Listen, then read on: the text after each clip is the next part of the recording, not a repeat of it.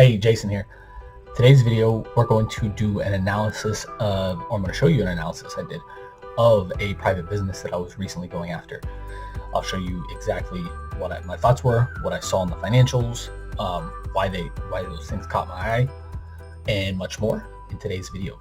Before I get to that though, I need to let you know you can get this video as a podcast anywhere in the world for free on all major podcasting platforms: Stitcher, Anchor, SoundCloud, Spotify, iTunes, and more. This is part of the I Love Value Investing podcast anywhere in the world for free. If you like this video and other videos, make sure to subscribe and the notification bell here on YouTube so you're notified every time we release a new video or release new videos all the time. Okay, a little bit of a disclaimer here. Again, I don't want to do this. I have to do this because every time I don't, I get nasty comments.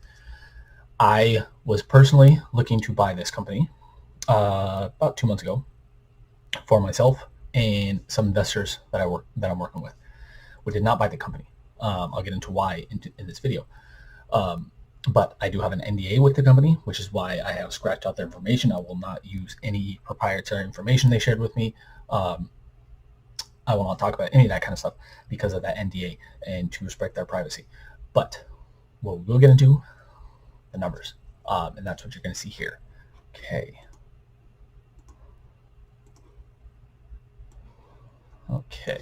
So again, the only things I've redacted from these are right here, the company's name.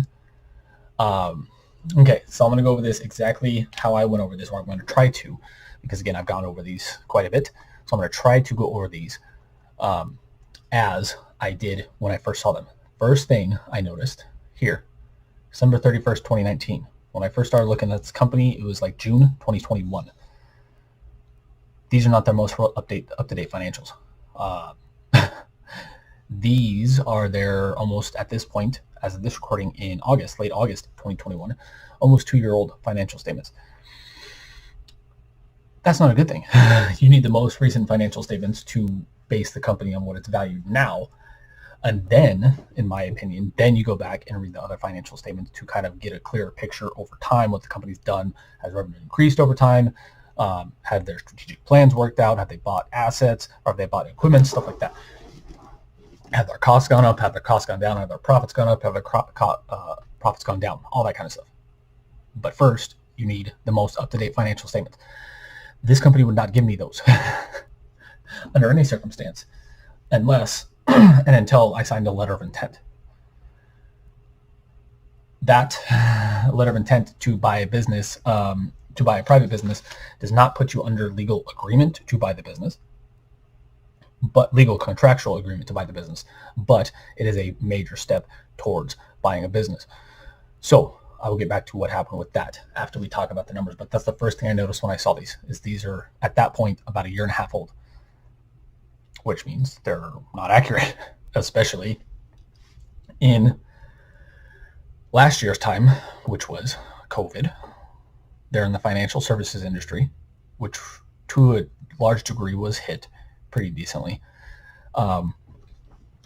Especially what they were working on, which again, I'm not going to say their name. I'm not going to say exactly what their business was, but their division was hurt, or their industry was hurt specifically by COVID. So them not showing me their 2020 financial statements was already a red flag just from the first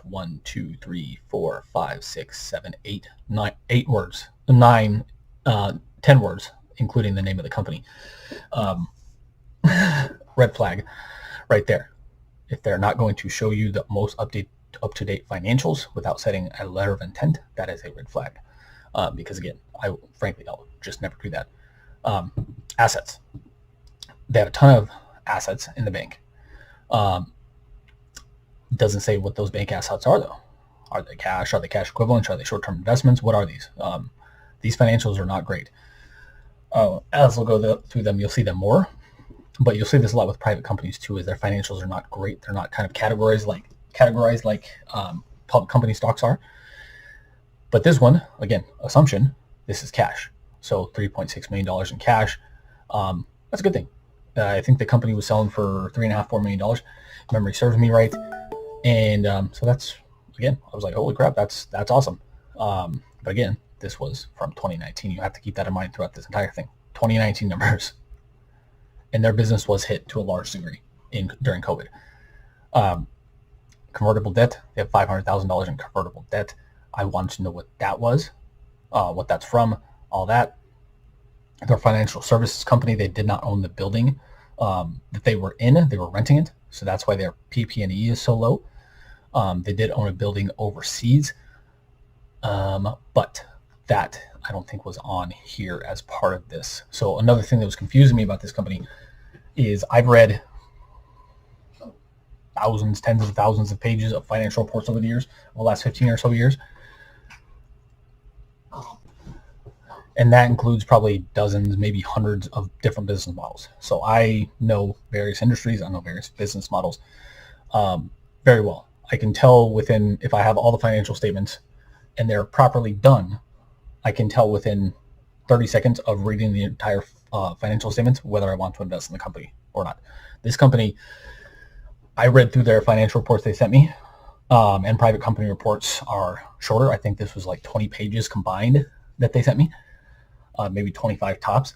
So a lot shorter. So I read through them 3 times and I was still confused on the business model. Again, red flag number 2.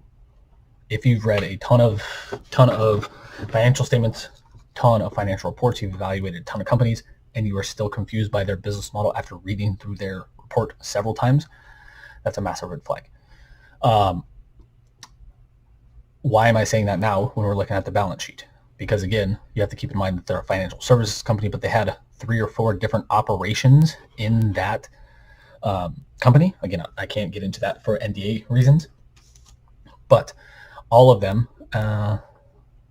3 out of the 4 were hit pretty severely by COVID. And again, 2019 numbers. These are not 2020 numbers. So that's why I wanted to give you that context as well before we go on. That's also why their liabilities, these are incorrect, by the way. Their liabilities, they have liabilities. They are not on here. You'll see they're come up with zeros here on their balance sheet. That is not correct. We got that clarified from them later. But again, the company shows that they have 0 liabilities. That is another red flag. Because companies always have some kind of liabilities, even if it's minor. There's something, there's payroll, there's taxes, there's interest, there's equipment, there's properties, there's something they have to pay for. But they have 0 here on their balance sheet. Okay, now we're on the P&L or the profit and loss statement for private companies. This is akin to the income statement for public companies. Okay, revenue, just under 3 million. Cost of sales, just over 1 million. So their gross profit is 1.8 million. That's pretty good, right? However, operating expenses are gigantic, 1.4 million. So their income from operations is still, even with that, pretty good in 2019. I look for anything above 10% income from operations. This is operating income or EBIT for public stocks. I look for anything above 10%. And this is what, 12, 15%, something like that off the top of my head. We can't look at my actual, I tried to bring up my actual analysis reports, but I have the company's name and information all over my notes. So that's why we're kind of doing it this way, because I can't show my actual calculations on anything. But so that's pretty good. 12 to 15%, that's pretty good. The reason I said their operating expenses are gigantic here is because, again, they're a financial services company, consulting company.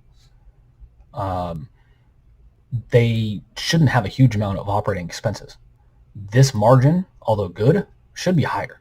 I've evaluated consulting companies in various industries, public stocks. They have anywhere between 15 and kind of 40% operating margins, depending on what exactly they do, how much consulting they do, how much other stuff they do, advisory stuff. Do they do kind of get their hands dirty, quote unquote, and get into the operations of the business? It depends, but typically it's 15 to 40%-ish. This is at the far low end of that range. So that is another thing to watch here. Again, even though it's a good overall margin here, again, I look for anything above 10% on a consistent basis, but you also have to keep in mind the industry as well. These operating expenses should not be that high for a consulting based company. Net profit. Okay. This is something you'll see on private businesses income statements. Owners income attributable to owners of parent company, non-controlling interest. So owners of parent company, that's the owners. Non-controlling interest, that's like a subsidiary, another investor maybe, joint venture. But this money, so their net profit and their operating profit up here in 419,000 in 2019 was distributed to these people based on these ratios. So this means the owners of the company likely owned a larger percent of the company. These investors, or whoever these people are, owned a smaller percentage of the company. What does that mean for the actual business operations? That depends on the actual structure. So this says it is attributable to these people, but that doesn't mean it was necessarily distributed to these people. Maybe some of this money was spent back on growing the company. Maybe all of it was taken out and these people were buying yachts, jets. I don't know. Again, we didn't get that far into negotiations, and I'll keep going through why as to why. But this is something you'll see at private companies. This not chart, this part of the chart here, you'll see at private companies, and it means that these people, based on the percentage of the company they own XYZ percent of the income. But again, you need to figure out what that money is going to. Is it going to reinvest in the company? Is it going to yachts? Is it going to something that doesn't help the business grow? Is it growing the business? All these things are going to research and development. What is happening with this money? You want to find out from the company themselves, from the cash flow statement, from whatever information you can get from them. Okay, I'm gonna make this bigger. Oops, what just happened? So I'm gonna make this a little bit bigger. And again, sorry about the kind of weird formatting here. I had to take screenshots of these pictures, and so I can mark out the names. So that's why you see the weird formatting. Okay, so why did I highlight this number here? 197,568. Why did I highlight that number? Because it's a massive drop from 2018 numbers. They had just under 3 million in profit total in 2018 for the where am I looking? Okay, so that's okay. So they had just under $3 million in 2018 in profit. In 2019, that fell to 1.2 million. That's a gigantic drop. I want to know what happened there. I also want to know, again, I want to keep this in mind because this is 2019. So what happened in 2020 when their businesses were hit even harder by COVID? Were they even profitable at all in 2020? My guess would be no. And that's probably why they didn't want to show that information, because that would lower the valuation of their company. However, I think that's frankly kind of wrong, because if somebody's going to sign up and buy the company, they're going to find that out anyways. So why not just kind of put all your cards on the table, so to say? Say, hey, yeah, we had a rough 2020. A lot of people did. This is what we're doing to bounce back, blah, blah, blah, blah, blah, all that stuff. Again, this goes back to being able to trust managers that I talk about quite a bit in my videos that a lot of other people don't. You have to figure out if you can trust management. This is a sign that they wouldn't give me the 2020 numbers, that I probably shouldn't, even though the overall numbers look okay to pretty good. Okay, so here's where we get to some of the actual financials. Cost of sales. I highlighted all of these in cost of sales. Direct cost, 415,000. Transfer agent fees, 184,000. Direct marketing, 272,000. Contract labor, 208,000. Again, my yard guys are here, so I apologize for the sound. Hopefully you can't hear that. And I apologize if you can. But I highlighted all of these. These equal 1.081 million combined. Why did I highlight every single one of these? Because again, they're a financial service company based on consulting. At least that was my thought. Again, I'll talk about that in a second. Based on their confusing financials, I thought they were a consulting company first, which is why I highlighted all of these, because if you're a consulting company, you don't need most of these costs over here. Direct costs, that could be payroll, so maybe that. Transfer agent fees, you don't really need that. Direct marketing, you don't need a ton of that if you're a really good consultant. And contract labor, if you were doing the work yourself, you don't need that. So about 3/4 of this you don't need as a consulting company. So that's why I highlighted all these, because I wanted to ask the broker what these specifically were. Okay, and then we get down here, direct cost. Again, consulting company, assuming maybe that's payroll. That is not, because office wages are down here at $335,000. Then they have subcontractor expenses for another $51,000. Rent is gigantic. The rent is gigantic. They do operate out of a kind of ritzier area of Florida, though, so that's somewhat understandable. Telephone expenses, $144,000 in telephone expenses. That made zero sense to me. And I'll get to what this is shortly, because I found out what this is. Repair and maintenance, again. Why is it $50,000? They lease the building. Why are their fees so high there? Freight and courier charges. I didn't highlight that here, but I'm seeing it here. $19,000, almost $20,000 in freight and courier charges. Marketing expenses, almost $252,000. Vehicle expenses. Serbia office expense. I'll explain what that is in a second. Office general, others. Whenever you see this catch-all category on either public company financials or private business financials, you need to figure out what this number is, especially if it's large. Yes, it's a catch-all category, but again, it shouldn't be a catch-all category. You should know what these numbers are if you're looking to buy the business. Like I am, or you're looking to invest in the business and become an owner of the business, like you're looking for a stock. So all of these that are highlighted and the repair and maintenance make no sense to me. Other ones kind of to a degree do, but again, as a consulting company, keeping that in mind, which is what I thought they were, most of these costs make little sense, which gets to their total cost that we already talked about, just under $1.4 million, making no sense as a consulting company. Okay, then we get back to P&L stuff, and that's all I can show you, frankly. Again, their name is all over everything. So let me scroll back up. So what did I find out about this business, and why did I not go after it? Okay, so I didn't go after this business for several reasons. I was confused on the business model. The margins were not great, even though honestly I was very excited when I first saw this. I was like 15%, 15% operating margins and all that stuff, and I was like, oh, this makes sense. But the more I kept digging into and doing the initial due diligence, the more flags started coming up. The not wanting to give me the 2020 financial numbers, the some of the other stuff I talked about. And it turns out their business model and their financials were so confusing that I didn't even have their business model correct. Most of their expenses didn't seem like they would make sense for a consulting company. So I asked the broker, I was like, what are these expenses? And I told him, I was like, this is one of my advantages is, yes, I've been doing this for a long time, 15 years, but I don't mind asking dumb questions and looking stupid. So I asked the broker, I got him on the phone. I said, I'm sorry, I've read these financials 3 or 4 times now. I'm confused on what this company does. What is their business model? Is it consulting? That's, to my understanding, it's consulting based on the financials. So these costs don't make sense to me. Can you clear this up for me? Consulting was part of it, but it was the back end. The front end was sales outreach through a call center in Serbia, which is what that Serbian office expense is.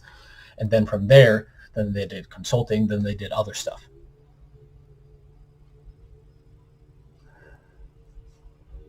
When I heard that, I was like, it seems backwards to me. It should be become a great consultant, then kind of do the other stuff from there. So the model seems backwards to me. But that's why their costs were so high for what I thought was a consulting company. They're not an actual consulting company. They were a direct marketing, cold outreach, phone sales company first, with consulting and other stuff on the back end. And that's fine. But with the other stuff and the financials that I can't even show you, there's a huge amount of debt on the company, and as well from the owners not doing things that they should have been doing with the money of the company. They essentially, from my view, looked like they were pulling a ton of money out of the company, not reinvesting it, and they were also putting debt on the company and not investing the capital well because they were doing it on their other businesses that I found during my continued due diligence. I found they owned other businesses outside of this as well. So they weren't bleeding the company dry, I wouldn't say that, but they're taking maximum amount of capital out of this business to fund their other businesses, and COVID hit all of their businesses, so they're trying to get out and raise cash. In my opinion, that's what was happening. Because of that, and because of the convoluted nature of the financials, all the information not being there, I had to kind of ask about all these things and find out about it. And essentially, what I was going to be doing, me and my partners and investors, we were going to be doing, if we were to buy the company, we were taking on their debt, their problems at their price that they wanted to sell at. I'm not going to do that, frankly. I'll take on a business. I'm not going to take on problems. I'm not going to take on bad debt because you got yourself in this situation. They wouldn't negotiate on the price, and frankly, I didn't even negotiate on the price with them. I didn't get to that stage because the more I dug, the more problems I kept coming up with. And this is my number one rule in stock investing, in investing in private businesses, investing in commercial real estate, and investing in anything. If I can't trust managers at the company, I don't buy, no matter what.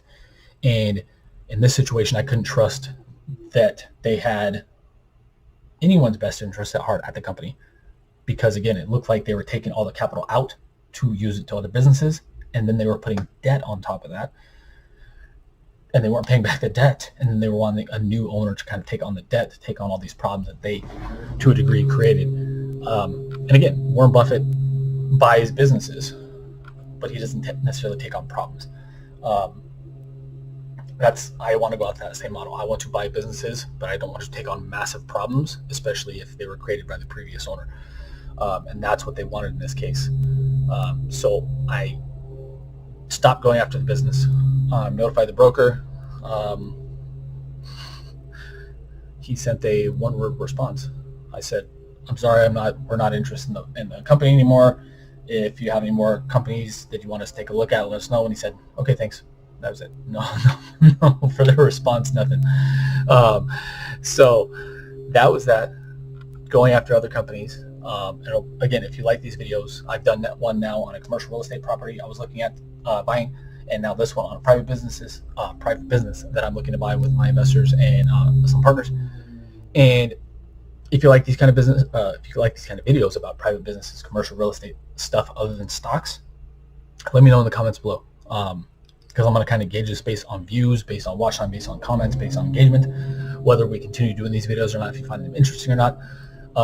If not, that's fine with me, and I'll keep doing the stock videos. But I got a couple requests from people in our Facebook group, specifically Value Investing Journey Facebook group, to do analysis of commercial real estate.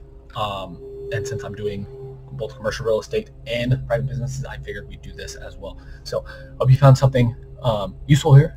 Hope you enjoyed it. If I missed something, if I should explain something better, let me know in the comments below.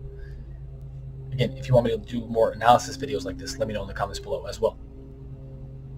If you're looking to sell a business, let me know. I'm actively looking to buy businesses right now and commercial real estate. If you know somebody who's looking to sell a business for their retirement, they just want to sell, they want to do something else, let me know. I really appreciate it, because again, I have investors who are looking to actively buy businesses right now. Same thing with commercial real estate. If you're looking for more specific help on how to use these skills from value investing that I showed you just how to use in private business and commercial real estate, make sure to check out our information below. You can get our 5 free gifts. You can also get a free PDF copy of our guide, my book, How to Value Invest, and a free PDF copy of our guide, 7 Tips to Picking Great Stocks 3 Times You Must Sell. You can get all 3 of those for free at the links below. And again, you can use these not just in evaluating stocks like most people think. You can also use them to evaluate private businesses, commercial real estate, and more. You can use the skills of value investing and knowledge of value investing to make money multiple different ways. If you're looking for more specific help from me on how to become a better investor, make sure to check out our newly relaunched masterclass below, which I'm super excited about. And you can get more information about that in the links below. But until next time, have a great day. Talk soon. Bye.